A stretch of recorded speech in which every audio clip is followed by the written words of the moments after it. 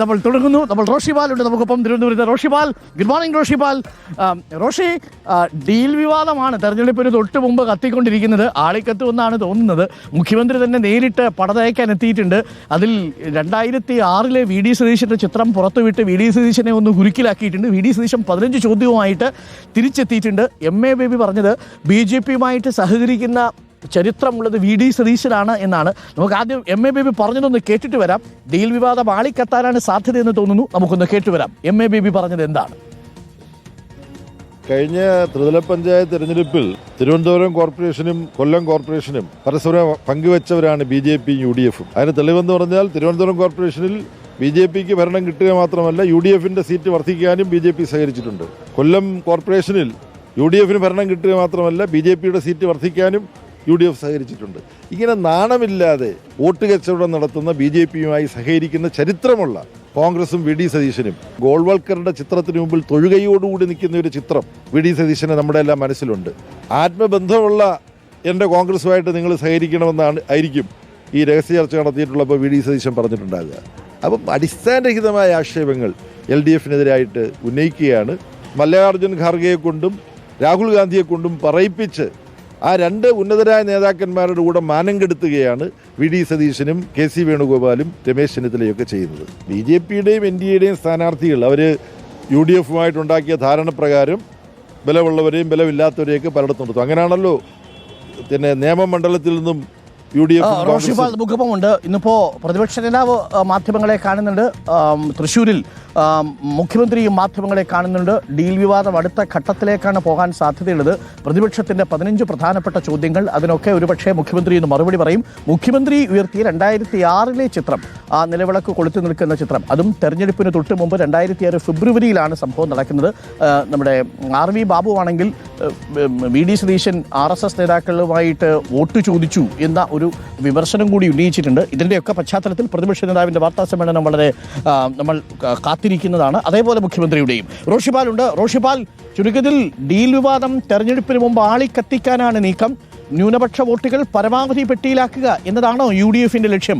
എങ്ങനെയാണ് CPM പ്രതിരോധിക്കാൻ പോകുന്നത്? ഇന്നലെ മുഖ്യമന്ത്രി പുറത്തുവിട്ട 2006 നേരത്തെ തന്നെ പുറത്തു വന്ന 2006 വി ഡി സതീശൻ ഗോൾവാൾക്കറുടെ മുന്നിൽ നിലവിളക്ക് തെളിയിക്കുന്ന ചിത്രം, അത് ഒരു സൂചനയാണോ വരാൻ പോകുന്ന ദിവസത്തെ ഡീൽ പോരാട്ടത്തിന്റെ? Roshipal, good morning.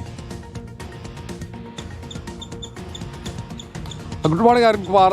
12 ദിവസം മാത്രമാണ് നിയമസഭാ തെരഞ്ഞെടുപ്പിന്റെ പരസ്യപ്രചാരണം ഇനി നടക്കാനുള്ളത്. ഈ 12 ദിവസവും ഡീൽ ആരോപണങ്ങൾ കടുപ്പിച്ച് മുന്നോട്ട് പോകാനാണ് UDF തീരുമാനം. അതിനെ കൃത്യമായി പ്രതിരോധിക്കാൻ LDFും തീരുമാനിച്ചു കഴിഞ്ഞു. അതിന്റെ തുടക്കമാണ് ഇന്നലെ മുഖ്യമന്ത്രി വി ഡി സതീശനെതിരെ ഉന്നയിച്ച ആരോപണം, പറവൂരിലെ ആ ഡീൽ വിവാദം, ഗോൾവാൾക്കറുടെ ചിത്രത്തിന് മുന്നിലുള്ള പുഷ്പാർച്ചന. പക്ഷേ അതിൽ ഇതുവരെ പ്രതിപക്ഷ നേതാവ് വി ഡി സതീശൻ മറുപടി പറഞ്ഞിട്ടില്ല എന്നതാണ് യാഥാർത്ഥ്യം. നേരെ മറിച്ച് ആരോപണത്തെ നേരിട്ടത് പ്രത്യാരോപണങ്ങളുമായിട്ടാണ്. മുഖ്യമന്ത്രിയെയും RSSനെയും BJPയെയും ചേർത്തുകൊണ്ടുള്ള പ്രധാനപ്പെട്ട ആരോപണങ്ങൾ, ചില ചോദ്യങ്ങൾക്ക് ഉത്തരം നൽകണമെന്ന ആവശ്യമാണ് വി ഡി സതീശൻ മുന്നോട്ട് വെച്ചത്. ഇന്നലെ രാത്രിയോടെ മുഖ്യമന്ത്രി പിണറായി വിജയൻ ഒരു വീഡിയോ പങ്കുവെച്ചുകൊണ്ട് നേരത്തെ പലതവണ പലയിടങ്ങളിലും താൻ ഇതിന് മറുപടി നൽകിയതാണ് ആരോപണങ്ങൾക്ക്. നിയമസഭയിൽ മുഖ്യമന്ത്രി ഈ ആരോപണങ്ങൾക്ക്, പ്രതിപക്ഷ നേതാവ് വി ഡി സതീശൻ ഉന്നയിച്ച ആരോപണങ്ങൾക്ക് നൽകുന്ന മറുപടിയുടെ ദൃശ്യങ്ങളാണ് പങ്കുവച്ചത്. ഏതായാലും ഇന്ന് പ്രതിപക്ഷ നേതാവും മുഖ്യമന്ത്രിയും വാർത്താ സമ്മേളനം നടത്തുമ്പോൾ അവിടെ ഇത് ചോദ്യങ്ങളായി വരുമ്പോൾ ഇവരുടെ ഭാഗത്ത് ഇത് സംബന്ധിച്ച മറുപടി ഉണ്ടാകും. UDFിനെ സംബന്ധിച്ചിടത്തോളം മുസ്ലിം ന്യൂനപക്ഷ വോട്ടുകൾ ഏകോപിപ്പിക്കാനുള്ള ഏറ്റവും പ്രധാനപ്പെട്ട മാർഗമായി കണ്ടെത്തിയത് തന്നെ ഈ ഡീൽ ആരോപണമാണ്. അതുകൊണ്ട് തന്നെയാണ് രാഹുൽ ഗാന്ധി കേരളത്തിലെത്തിയപ്പോൾ തെരഞ്ഞെടുപ്പ് പ്രചാരണത്തിന് തുടക്കമെന്ന നിലയിൽ വിശേഷിപ്പിച്ച പുതുയുഗ യാത്രയുടെ സമാപന സമ്മേളന വേദിയിൽ തന്നെ ഈ ഡീൽ ആരോപണം ഉയർത്തിയത്. തൊട്ടു പിന്നാലെ തന്നെ എല്ലാ UDF നേതാക്കളും സമാനമായ വിഷയം തന്നെ ഉയർത്തി മുന്നോട്ട് പോവുകയാണ്. ഇനിയുള്ള 12 ദിവസം കേരളത്തിലെ പ്രചാരണത്തെ കൊഴുപ്പിക്കുന്നത് ഈ ഡീൽ വിവാദമായിരിക്കും.